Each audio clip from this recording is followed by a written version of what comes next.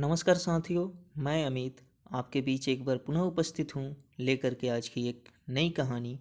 कहानी का नाम है एक टोकरी भर मिट्टी।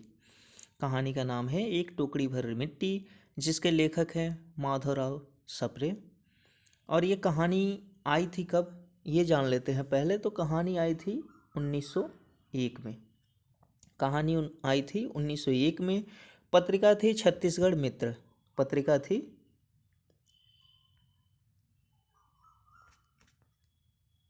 छत्तीसगढ़ मित्र पत्रिका में कहानी आई थी। ये जो पत्रिका थी छत्तीसगढ़ मित्र पत्रिका, ये निकालते भी थे माधवराव। और ये पत्रिका उन्होंने निकालना शुरू किया था 1900 में। 1900 में पत्रिका वो निकालना शुरू करते हैं और 1901 में ये कहानी छपती है। 1901 में एक टोकरी भर मिट्टी कहानी छपती है इस पत्रिका में। साथ ही एक और बात याद रखनी है, देवी प्रसाद शर्मा जो थे, देवी प्रसाद शर्मा ने इस कहानी को हिंदी की प्रथम मौलिक कहानी माना है। हिंदी की प्रथम मौलिक कहानी देवी प्रसाद शर्मा ने किसे माना है? तो एक टोकरी भर मिट्टी को माना है। और देवी प्रसाद शर्मा ने इनकी कहानियों का संपादन भी किया है। अब इनकी अन्य कहानियों को देख लेते हैं। तो एक तो कहानी हो गई हमारी एक टोकरी भर मिट्टी। एक इनकी कहानी मिलती है सुभाषित रत्न।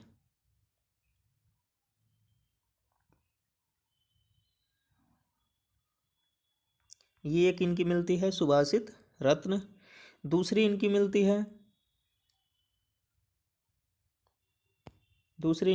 है अंजाम। तीसरा इनका मिलता है एक पथिक का स्वप्न। एक पथिक का स्वप्न, ये कहानी भी इनकी मिलती है। तो ये इनकी कहानियाँ थी जो इन्होंने रची है। पत्रिका इनकी छत्तीसगढ़ मित्र थी जिसमें कहानियाँ निकली थी। तो अब आगे चलते हैं, कहानी को देखते हैं, फिर कहानी पर बात करते हैं।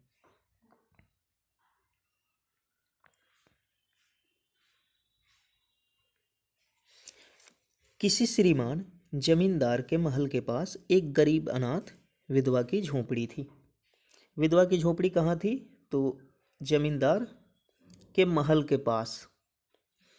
जमींदार साहब को अपना महल का हाता उस झोंपड़ी तक बढ़ाने की इच्छा हुई। विधवा से बहुतेरा कहा कि अपनी झोंपड़ी हटा ले, पर वह तो कई जमाने से वहीं बसी थी।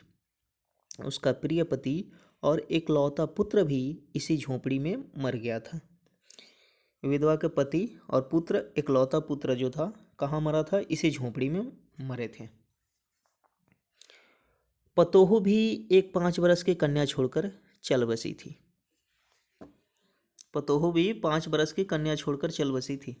यानी 3 बातें आ गई सामने। एक, कहानी में एक जमींदार है, एक दूसरी है विधवा, तीसरा एक 5 बरस की कन्या। अब यहीं उसकी पोती इस वृद्धा काल में एकमात्र आधार थी। जब कभी उसे अपनी पूर्व स्थिति की याद आ जाती तो मारे दुख के फुट फुट कर रोने लगती थी।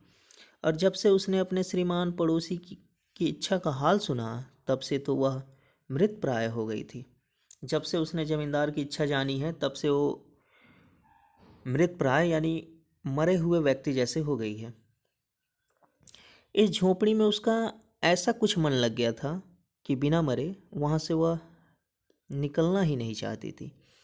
श्रीमान के सब प्रयत्न निसफल हुए। श्रीमान यानी जमींदार के सब प्रयत्न निसफल हुए झोंपड़ी हथियाने की। तब वे अपनी जमींदारी चाल चलने लगे। बाल की खाल निकालने वाले वकीलों की थैली गर्म करके उन्होंने अदालत में उस झोंपड़ी पर कब्जा कर लिया। अदालत की कार्रवाई करते हैं जमींदार और उसके बाद इस झोंपड़ी पर कब्जा करते हैं, बातों से जब काम नहीं चलता है तो। और विधवा को वहाँ से निकाल दिया। बेचारी अनाथ तो थी ही, पाड़ा पड़ोस में कहीं जाकर रहने लगी।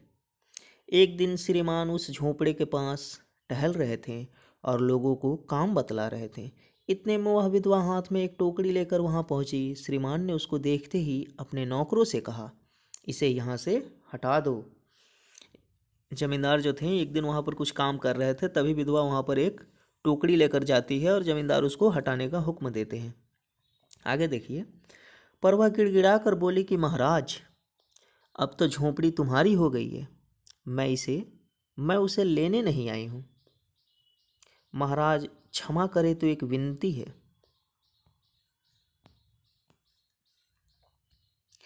जमींदार साहब के सिर हिलाने पर उसने कहा कि जब से यह झोंपड़ी छूटी है तब से पोती ने खाना छोड़ दिया है।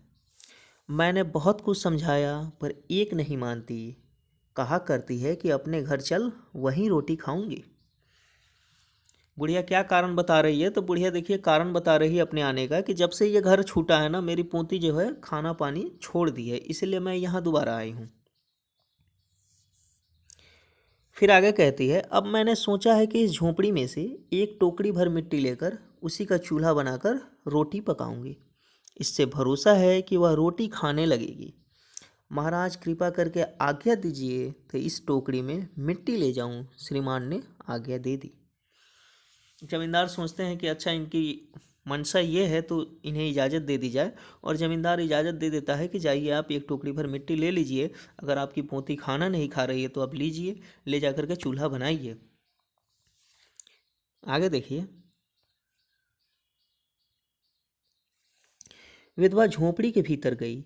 वहां जाते ही उसे पुरानी बातों का स्मरण हुआ और आंखों से आंसू की धारा बहने लगी। अपने आंतरिक दुख को किसी तरह संभाल कर उसने अपनी टोकरी मिट्टी से भर ली और हाथ से उठाकर बाहर ले आई। जब विधवा घर में जाती है तो उसे अपने बीते हुए दिन याद आते हैं। जिस घर में उसने अपना पुत्र खोया है, पुत्र वधू खोया है, अपने पोते को एक खोया है, उस घर में उसकी यादें जुड़ी थी, तो उन्हें वो सब बातें याद आती है तो रोती है। फिर जैसे तैसे करके एक टोकरी भर मिट्टी उठा करके बाहर लाती है। फिर बाहर आकर के क्या कहती है? फिर हाथ जोड़कर श्रीमान से प्रार्थना करने लगी। क्या कह रही है? महाराज कृपा करके इस टोकरी को जरा हाथ लगाएं, जिससे कि मैं उसे अपने सिर पर धर लूं। जमींदार साहब पहले तो बहुत नाराज हुए, पर जब वह बराबर हाथ जोड़ने लगी और पैरों पर गिरने लगी तो उनके भी मन में कुछ दया आ गई। किसी नौकर से ना कहकर आप ही स्वयं टोकरी उठाने को आगे बढ़े। ज्यों ही टोकरी को हाथ लगाकर ऊपर उठाने लगे, त्यों ही देखा कि यह काम उनकी शक्ति से बाहर है। मिट्टी का वजन ज़्यादा था और ये ठहरे जमींदार, कोई मजदूर नौकर तो थे नहीं कि इन्हें आदत हो टोकरे उठाने का, तो ये उठा नहीं पाते हैं।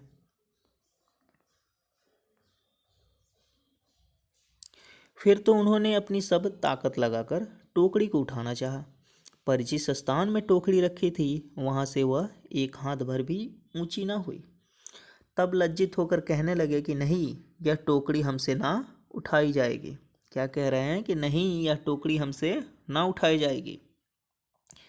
यह सुनकर विधवा ने कहा, महाराज नाराज ना हो, आपसे तो एक टोकरी भर मिट्टी उठाई नहीं जाती और इस झोपड़े में तो हजारों टोकरियां मिट्टी पड़ी हैं। उसका भार आप जन्म भर क्यों कर उठा सकेंगे? आप ही इस बात पर विचार कीजिए। विधवा अब उनके इस बात पर चोट करती है कि जब आप कह रहे हैं कि ये टोकरी आपसे नहीं उठाई जाएगी, तो ऐसी तो हजारों टोकरी भर मिट्टियाँ इसमें पड़ी हैं, क्या आप उनका भार उठा पाइएगा? जमींदार साहब धन मद से ग्रवित हो अपना कर्तव्य भूल गए थे, पर विधवा के उपरोक्त वचन सुनते ही उनकी आंखें खुल गई। कृतकर्म का पश्चाताप कर उन्होंने विधवा से क्षमा मांगी और उसकी झोंपड़ी वापस दे दी। तो इससे क्या होता है कि अब उनकी आंखें खुलती है, विधवा के वचन सुन के उनकी आंखें खुलती है और उन्हें अपना ज्ञान होता है कि मैंने कहाँ गलती की है, और फिर वो विधवा से क्षमा मांगते हैं और झोंपड़ी उसे वापस कर देते हैं। तो कुल ले दे की कहानी की जो मूल बात है, कहानी का मूल बात क्या है कि इसमें एक जमींदार है जो एक विधवा की झोंपड़ी पर जबरन कब्जा करते हैं, जबरन कब्जा करते हैं, और कब्जा करने के बाद उन्हें अपनी भूल का ज्ञान होता है। भूल का ज्ञान होता है तो उसकी जो झोंपड़ी है उसे फिर दोबारा वापस करते हैं। ठीक है, तो इस कहानी में एक तो ज़मींदार का हृदय परिवर्तन आपको देखने मिलेगा, ज़मींदार का हृदय परिवर्तन देखने मिलेगा। हमारा जो वर्तमान समाज है या हमारा जो सामाजिक परिवेश है उसमें कैसे धन या सत्ता कह लीजिए, उसकी पावर से आप किसी को दबा सकते हैं, उसके ज़मीन से बेदखल कर सकते हैं, ये इस कहानी में दिखाया गया है। कानून की उस स्थिति का चित्रण है जिसमें कानून की खरीदारी की जाती है। आजकल पैसे के बूते पर लोग कहते हैं हर चीज़ हो जाता है, तो कुछ वैसा ही यहाँ देखने को मिला है कि ज़मींदार भी पैसे के बूते पर वकीलों से ये झोंपड़ी अपने नाम करा लेता है। ये कहानी एक तरफ देखिएगा यथार्थ से आरंभ हो रही है और दूसरी तरफ नीचे आकर के आदर्श पर ख़त्म हो रही है।